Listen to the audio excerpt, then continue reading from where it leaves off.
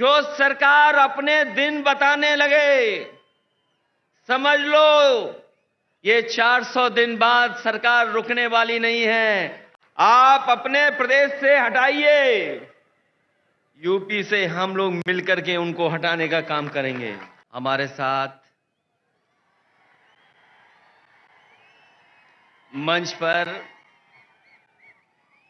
आपके सबसे प्रिय नेता और यहां के मुख्यमंत्री आदरणीय के चंद्रशेखर राव जी, मंच पर उपस्थित दिल्ली के मुख्यमंत्री अरविंद केजरीवाल जी, पंजाब के मुख्यमंत्री श्री भगवत मान जी, सीपीआई के जनरल सेक्रेटरी आदरणीय डी राजा जी और मंच पर उपस्थित सभी बीआरएस पार्टी के सभी वरिष्ठ नेता, यहां पर इस सभा में उपस्थित बीआरएस पार्टी के संगठन के सभी पदाधिकारी, मिनिस्टर्स, सांसद, विधायक, सभी नेता और बड़ी संख्या में, जहां तक मैं देख सकता हूं मुझे लोग ही लोग दिखाई दे रहे हैं, सर दिखाई दे रहे हैं। मैं अगर बाईं तरफ देखता हूं मुझे लोग ही लोग दिखाई दे रहे हैं, सर दिख रहे हैं। दाईं तरफ देखता हूं तो सर दिखाई दे रहे हैं। और मैं जब सामने देखता हूं, जहां तक देख सकता हूं वहां तक मुझे लोग दिखाई दे रहे हैं। मैं इस ऐतिहासिक धरती पर, खम्मम की ऐतिहासिक धरती पर, मैं आदरणीय केसीआर साहब का बहुत बहुत धन्यवाद और आभार प्रकट करता हूं कि यहां पर इतनी बड़ी संख्या में आपने बुला करके पूरे देश को एक संदेश देने का काम किया है। आज सुबह से लगातार हम लोग काम देख रहे हैं। मैं सामने जहां पर बिल्डिंग में हम लोग बैठे थे, ये इंटीग्रेटेड जो ऑफिस बनी है, कॉम्प्लेक्स बना है, एक ये उदाहरण है सरकारों के लिए कि एक जगह कैसे अधिकारी बैठ सकते हैं और जनता को तकलीफ और परेशानी नहीं होगी, एक ही जगह पर समस्या का समाधान हो जाएगा। ये खम्मम वो धरती है जिसने हमेशा इतिहास बनाने का काम किया है। यहां के लोगों ने बड़ी से बड़ी हुकूमत रही होंगी, ताकतें रही होंगी, उनके खिलाफ अपनी आवाज उठाने का काम किया है। यहां के किसान, यहां के नौजवान, अगर किसान कभी इकट्ठे हुए हैं और अपनी आवाज को बुलंद करना पड़ा होगा तो यहां के किसान इकट्ठे होकर के अपनी आवाज बुलंद कर करके उस समय की हुकूमत को हिला के रख दिया। मुझे उम्मीद है कि आने वाले समय में जो हालात हैं देश के, जिन परिस्थितियों से हम लोग गुजर रहे हैं, जहां भारत सरकार और खासकर भारतीय जनता पार्टी, जिसकी सरकार दिल्ली में है, एक एक सरकारें जो चुनी हुई उनको परेशान कर रही है। चाहे वो आपकी सरकार हो और चाहे आपके बीआरएस की पार्टी की सरकार हो, जो सहयोग और जो मदद और जो लोकतंत्र में सम्मान मिलना चाहिए वो सरकार सम्मान नहीं दे पा रही है। समय समय पर रुकावट कैसे पैदा हो, नेताओं को कैसे परेशान किया जाए, उनके खिलाफ क्या साजिश की जाए, उनके विपक्ष के लोग जो उनके सामने खड़े होकर के सवाल पूछते हैं, उनको किस षड्यंत्र से उनको दबाया जाए, उनकी छवि कैसे खराब की जाए, ये भारतीय जनता पार्टी की सोची समझी सी रणनीति के तहत काम कर रहे हैं। जो संस्थाएं हमें न्याय देना चाहती हैं, जहां से हम न्याय के लिए पुकार सकते हैं, उन संस्थाओं को भी दबाव बनाने का काम अगर कोई कर रहा है तो भारतीय जनता पार्टी कर रही है।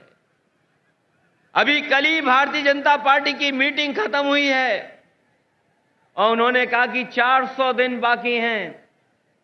हमें तो लगता था कि ये सरकार तो वो है जो दावा करती थी कि हटेगी नहीं, अब तो वो स्वयं स्वीकार कर रही है कि अब 400 दिन हैं।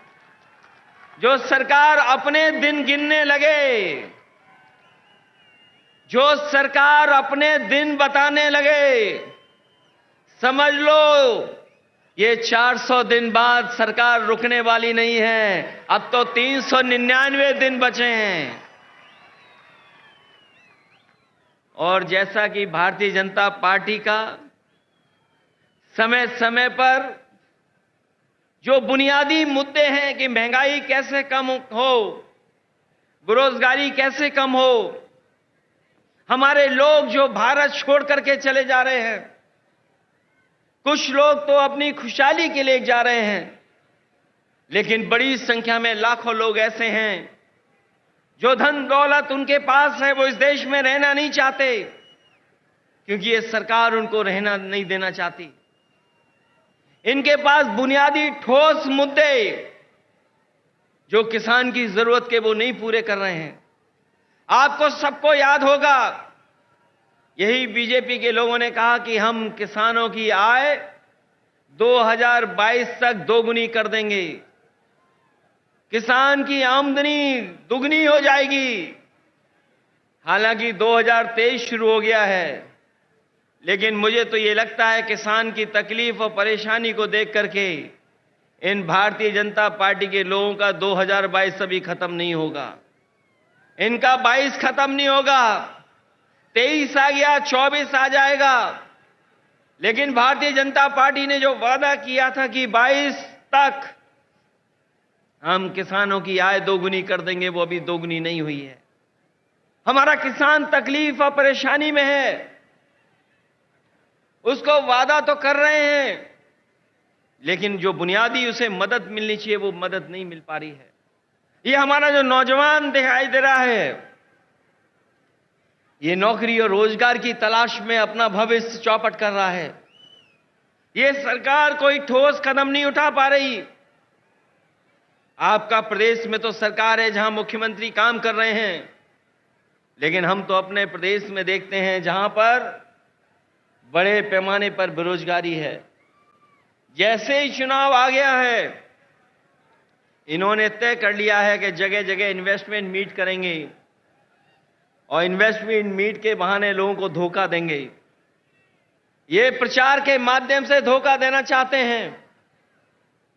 वैसे तो समय समय पर देश के लोग और देश के जो नेता होते हैं वो G20 की अध्यक्षता कर रहे हैं, लेकिन इस बार इन्हें मौका मिला है अध्यक्षता करने का। मुझे लगता है कि केवल चुनाव के लिए ही प्रचार करेंगे, उसमें कोई ठोस कदम नहीं उठाएंगे। इसलिए आज जब हम इतनी बड़ी संख्या में लोगों के सामने इकट्ठे हुए हैं, जहां मुझे लोग ही लोग दिखाई दे रहे हैं, उनके सामने मैं कह सकता हूं कि अगर तेलंगाना में सफाया हो रहा है बीजेपी का, तो उत्तर प्रदेश भी पीछे नहीं रहेगा।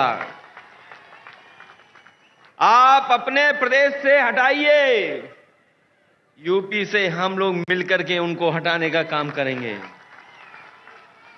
हम यूपी वाले यही जानते हैं कि जिन्हें प्रधानमंत्री बनना है वो उत्तर प्रदेश जरूर आते हैं। इसीलिए आपने देखा होगा गुजरात से उत्तर प्रदेश आए। अगर गुजरात से प्रधानमंत्री बन सकते होते तो शायद गुजरात वो नहीं छोड़ते, लेकिन उत्तर प्रदेश के साथ जो धोखा हुआ है उसकी आप कल्पना नहीं कर सकते हैं। मां गंगा हमारी पूजा का, हमारी आस्था का, हमारी संस्कृति की स्थान है। एक पानी का जहाज चला करके, विलासिता का जहाज चला करके न जाने क्या सपने दिखा रही है सरकार। और जिस मां गंगा को साफ हो जाना चाहिए था, मां गंगा वैसी की वैसी है, नदी साफ नहीं है। नदी को साफ नहीं कर पाए, मुझे खुशी है इस बात की कि जब मैं मुख्यमंत्री था उस समय आपके मुख्यमंत्री जी ने एक फैसला लिया था कि यहां पर किसानों के खेत तक और घरों में पानी पीने का कैसे इंतजाम किया जाए। वो जो इंटीग्रेटेड इरिगेशन सिस्टम का आपने शुरुआत की, मैं आपको बधाई देता हूं और जनता को भी बधाई देता हूं, उनका धन्यवाद देता हूं कि आपके प्रदेश से शुरू हुई योजना जहां पर खेत को पानी, घर में पानी का इंतजाम किया, वही तो भारत सरकार नकल कर रही है। जो आज भारत सरकार नकल कर रही है वो कहीं ना कहीं आपकी देन है। जिस सरकार ने एक उदाहरण पेश किया हो और न केवल इरिगेशन में और भी क्षेत्रों में, मैं ऐसे सरकार के लोगों को बधाई देता हूं और खासकर मुख्यमंत्री जी को बधाई देता हूं। जहां इतना विकास हो रहा हो वहीं भारतीय जनता पार्टी के लोग देश को पीछे ले जाना चाहते हैं। उनके मुद्दे, उनके फैसले हमें और आपको पीछे ले जा रहे हैं। इसलिए आज जरूरत है प्रोग्रेसिव नेताओं की, प्रोग्रेसिव सरकारों की। और मुझे उम्मीद है कि जिस तरीके से भारतीय जनता पार्टी ने देश को पीछे कर दिया है हर चीज में, हम सब मिलकर के जो मंच पर बैठे हैं और प्रदेशों में भी हैं, जो साथ मिलकर के काम करेंगे तो देश को एक नई सरकार भी और नए तरह का एक प्रोग्रेसिव एजेंडा देकर के देश को आगे ले जाने का काम करेंगे। मैं एक बार फिर बधाई देता हूं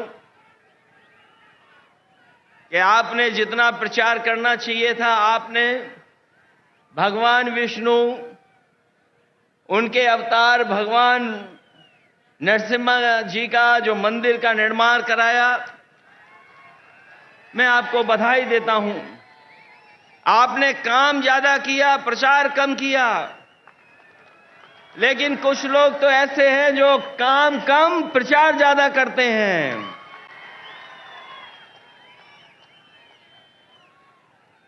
इसलिए जब अभी हम लोगों ने त्योहार भी मनाया है, हमारे यहां मकर संक्रांति का त्योहार तब मनाया जाता है